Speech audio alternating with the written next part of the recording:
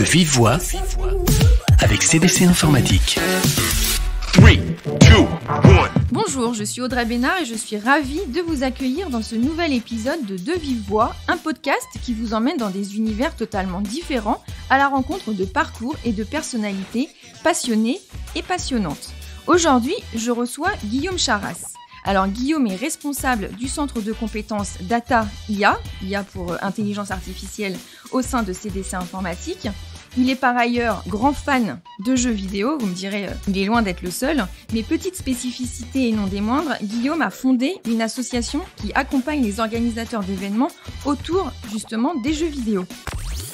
De vive voix avec CDC Informatique. Guillaume, bonjour. Bonjour Audrey. Alors, comme je viens de le dire, tu as cofondé une association qui accompagne les organisateurs de tournois de jeux vidéo. Qu'est-ce qui t'a poussé à te lancer dans une telle aventure ? Alors, il faut revenir un petit peu en arrière pour répondre à cette question-là, si tu veux. J'ai fondé cette association avec quelques amis en 2006, donc ça commence à faire un petit moment maintenant. J'étais étudiant et on a un ami dans le sud de la France qui nous a dit « J'organise une LAN party, donc un tournoi de jeux vidéo, tout le monde vient avec son PC dans une salle, etc. J'aurais besoin d'un coup de main parce que voilà, il y a de la logistique, il y a des choses à faire et tout. » On s'est dit « Allez, pourquoi pas ?» On y est allé avec quelques amis. On a trouvé ça génial parce que on était passionnés déjà de jeux vidéo à l'époque et de relever les défis, d'être dans l'organisation, de voir les compétitions, de voir la qualité des joueurs, comme finalement regarder une compétition sportive aussi à la télé, c'est-à-dire d'avoir son favori qu'on a envie de supporter, etc. On a trouvé ça génial et on s'est dit et pourquoi pas faire ça plus souvent, aider d'autres organisateurs. Et il se trouve que voilà, en ayant fait cet événement-là, on avait rencontré certaines personnes et de fil en aiguille, au fur et à mesure des années, on a fait des événements de tout type, de toute forme. Cet événement-là était dans une salle de cinéma qui avait été transformée pour faire la LAN party et on a même eu l'occasion d'accompagner sur des sujets techniques la Coupe du Monde du jeu vidéo qui pendant pas mal d'années faisait sa finale mondiale à la Paris Games Week à Paris. Donc vraiment les meilleurs joueurs du monde qui s'affrontaient devant un public pour rencontrer un trophée, un chèque aussi et des lots des différents sponsors. On a eu même l'occasion de participer à des événements très gros en France avec plus de 1000 joueurs qui venaient ensemble sur un week-end jouer. Et aussi des événements plus petits en termes de taille mais avec plus d'impact tels que des soirées de lancement de certains nouveaux jeux il y a quelques années. Donc on a depuis que l'association existe, alors elle a grandi, c'est-à-dire au départ on était 3-4 copains on va dire à lancer ce truc-là. Aujourd'hui on est plutôt une douzaine voire une quinzaine et d'ailleurs il y a quelques membres de l'association qui sont comme moi qui travaillent à CDC Informatique depuis pas mal d'années. Et donc c'est vrai que voilà, ça continue à nous passionner. Alors bien sûr la période Covid, il n'y a pas eu beaucoup d'événements en présentiel, ça reprend doucement. On a eu l'occasion de participer à la Paris Games Week qui a repris l'année dernière et de travailler sur différents stands, dont un stand de jeu en réalité virtuelle qui a été qui est très innovant et très intéressant. Donc c'est vrai que voilà, ça nous a permis, pour répondre à ta question, d'allier notre passion du jeu vidéo et notre envie de relever des défis, relever des challenges et être au cœur de l'action. On le voit depuis quelques années maintenant, enfin quelques bonnes grosses années, le jeu vidéo s'est clairement démocratisé. Est-ce qu'aujourd'hui on peut être fier de mentionner cette passion sur un CV par exemple ? Alors, je réponds tout de suite à la question, mais je vais expliquer. Moi, je pense que oui, j'en suis convaincu. Et moi-même, quand en tout cas je reçois des CV en tant que manager, je vais m'intéresser aussi à cette partie-là et en général, je vais poser des questions. Mais je vais t'expliquer pourquoi, en tout cas ma vision là-dessus. Je pense qu'il faut repartir de quelques chiffres, c'est-à-dire qu'aujourd'hui, les adultes en France, il y a 88% des adultes en France, soit quelque chose comme 33 millions de Français, qui jouent aux jeux vidéo, occasionnellement ou régulièrement. Et il y a plus de la moitié de ce chiffre qui jouent régulièrement, qui jouent pas juste 3 minutes de temps en temps sur leur téléphone, qui jouent régulièrement à des jeux. Donc ça fait beaucoup d'adultes. Je parle pas des jeunes et des enfants, eux aussi, ils jouent beaucoup, mais là, ils sont pas encore en train de faire leur CV, donc ça viendra pour plus tard. Et il faut avoir à l'esprit qu'il y a beaucoup de types de jeux vidéo. Il y a des jeux, on va jouer seul, des jeux, on va jouer en équipe, des jeux qui vont être compétitifs, d'autres qui vont être collaboratifs. Et en fait, en jouant aux jeux vidéo, on va développer et on va développer des compétences, on va travailler sur certaines compétences. Et en fait, ces compétences-là, elles sont aussi recherchées dans l'entreprise. Les fameux soft skills. Les fameux soft skills. Et certaines études, c'est une phrase que je cite puisqu'elle n'est pas de moi, qui dit que tout simplement, les jeux vidéo, c'est un révélateur de vos soft skills. Donc quand vous le mettez sur votre CV et que vous expliquez je joue à tel jeu, ça montre aux recruteurs que vous avez peut-être un esprit d'équipe, une bonne gestion du stress, vous avez une bonne réactivité, de l'adaptabilité, vous aimez relever les challenges, les défis, vous êtes persévérant. Et ça pour un recruteur dans une entreprise, c'est hyper important. On le sait tous, les soft skills. Donc oui, pour moi, c'est essentiel de l'afficher et d'être capable d'expliquer aux recruteurs ou aux personnes qu'on rencontre en entretien quels sont les jeux auxquels on joue, pourquoi on y joue, qu'est-ce que ça nous apporte, parce que ça permet aux recruteurs et à l'entreprise qu'on a face à nous de mieux nous connaître, de mieux nous comprendre et de mettre en avant certaines compétences qui sont pas forcément faciles à trouver sur un CV, on va pas se mentir. Et donc, comme tu le disais tout à l'heure, il y a différents types de jeux vidéo, hein, évidemment. L'univers du jeu vidéo, du gaming est très vaste. Comme tu disais, pareil, hein, les chiffres sont sans appel. Hein, il fait partie intégrante de la vie de millions de personnes. Il passionne. Mais selon toi, comment on peut expliquer justement cet engouement et quels sont les bienfaits, je ne sais pas, dans la vie quotidienne des jeux vidéo ? Alors, il y en a beaucoup des bienfaits. Je pense que on peut les regrouper peut-être en grandes catégories, hein, parce que chacun va peut-être jouer aux jeux vidéo pour des raisons différentes ou des motivations différentes.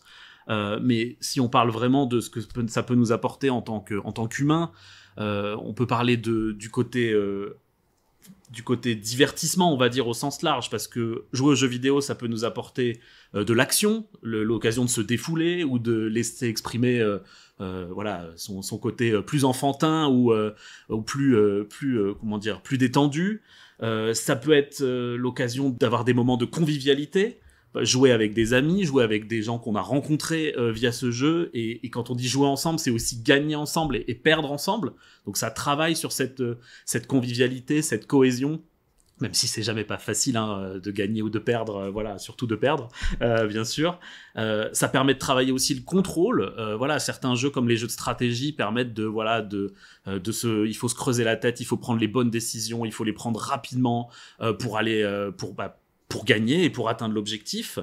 On en parlait tout à l'heure aussi, le côté prouesse, hein, l'envie de relever les défis. Donc on va plutôt parler des jeux compétitifs pour ça, par exemple, hein, ou ce qu'on appelle aussi le culte du high score, c'est-à-dire je veux le meilleur score, je veux être le premier, je veux gagner, et pour ça je vais m'investir, je vais m'entraîner. Donc ça aussi, c'est un motivateur qui est très très fort pour beaucoup de joueurs, et c'est pour ça qu'il y a des compétitions de jeux vidéo. Et qu'on retrouve des gens qui vont vraiment devenir des joueurs même professionnels et en faire une carrière parce que ils ont cette envie de se dépasser et de gagner. Il y a le côté immersif, là on peut retrouver, alors on peut faire des parallèles avec les gens qui aiment lire, qui aiment aller au cinéma, qui aiment regarder des séries. Un jeu vidéo, c'est l'occasion de se plonger dans une histoire, d'entrer dans la peau d'un personnage, et en plus là pour le coup on peut parler parfois de nombreuses heures, hein, c'est pas juste un film pendant 2 heures, hein, parfois les jeux vidéo qui ont des histoires très travaillées, ça peut être plusieurs dizaines d'heures, voire plus, et donc ça c'est l'occasion aussi de s'évader, hein, tout simplement, et de découvrir des mondes qui peuvent être fantastiques, futuristes, etc.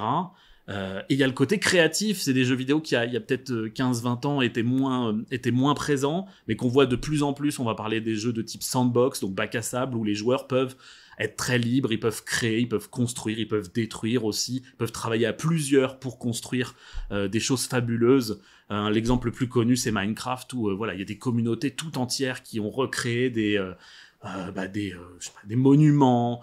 Je crois que même dans Minecraft, il y a une bibliothèque internationale qui est justement libre de censure, qui est très connue pour ça.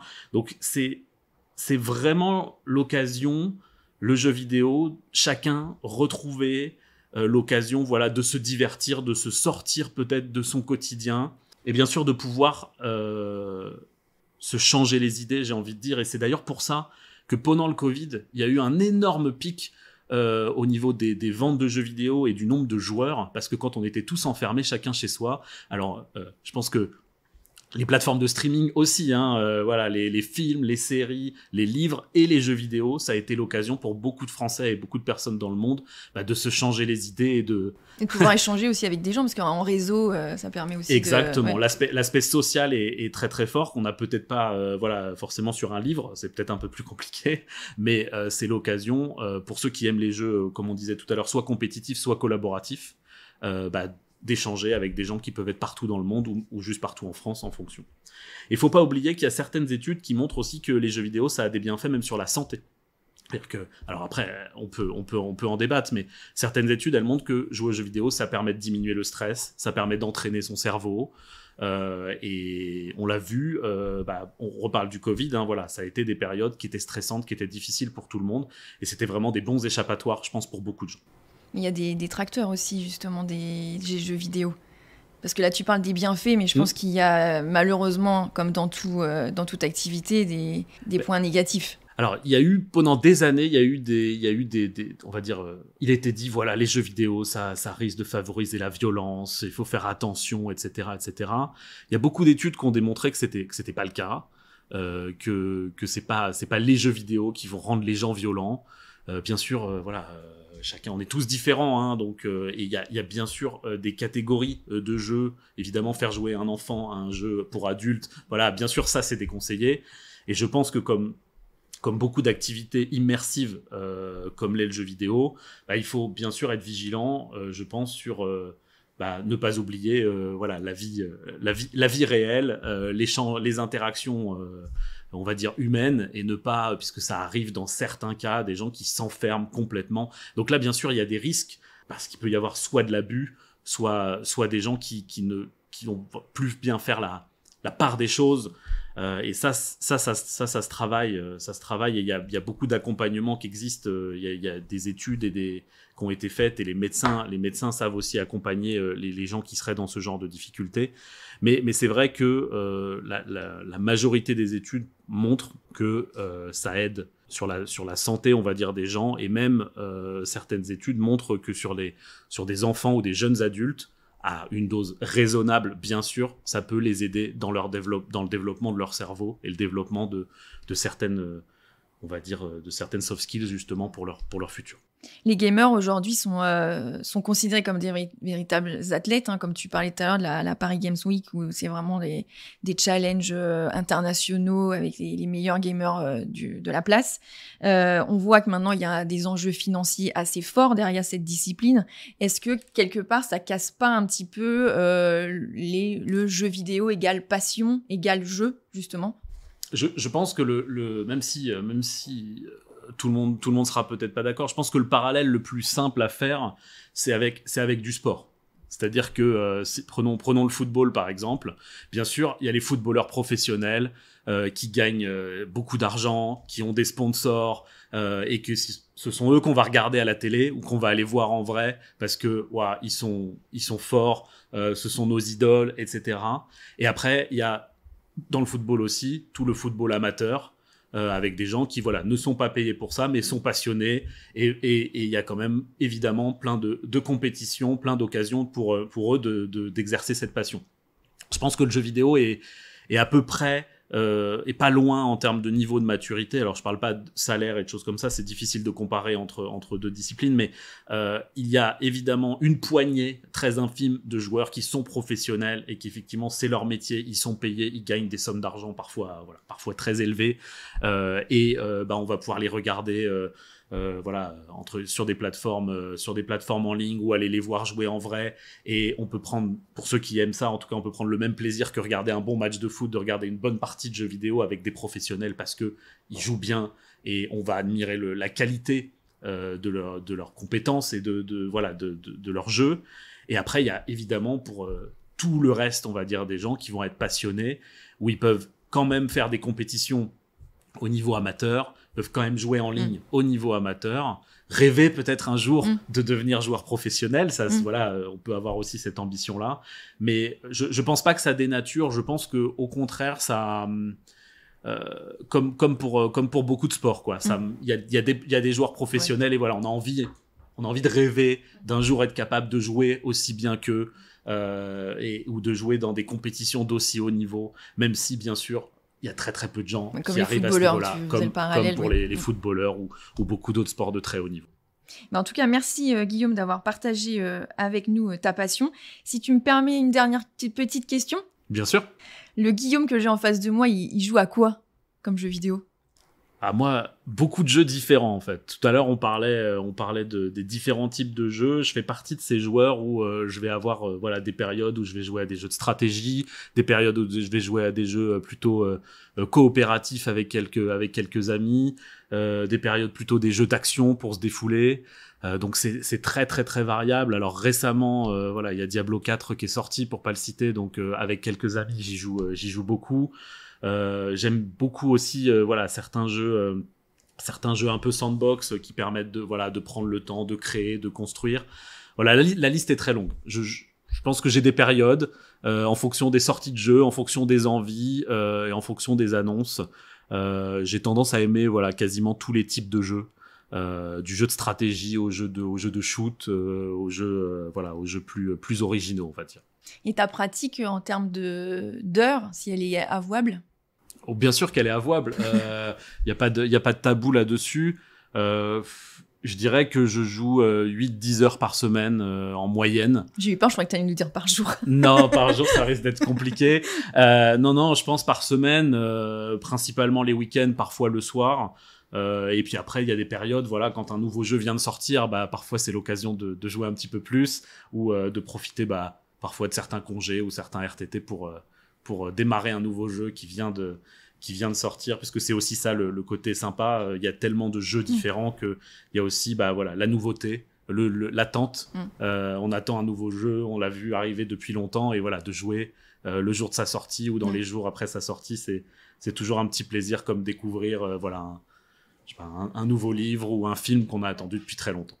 Merci Guillaume pour tous ces éléments. On sent bien dans ta voix et dans tes propos la passion. Donc je te souhaite que ton association continue à accompagner les organisateurs de jeux vidéo. À très bientôt. À bientôt. Merci Audrey pour ton accueil. Merci à toi. De vive voix avec CDC Informatique.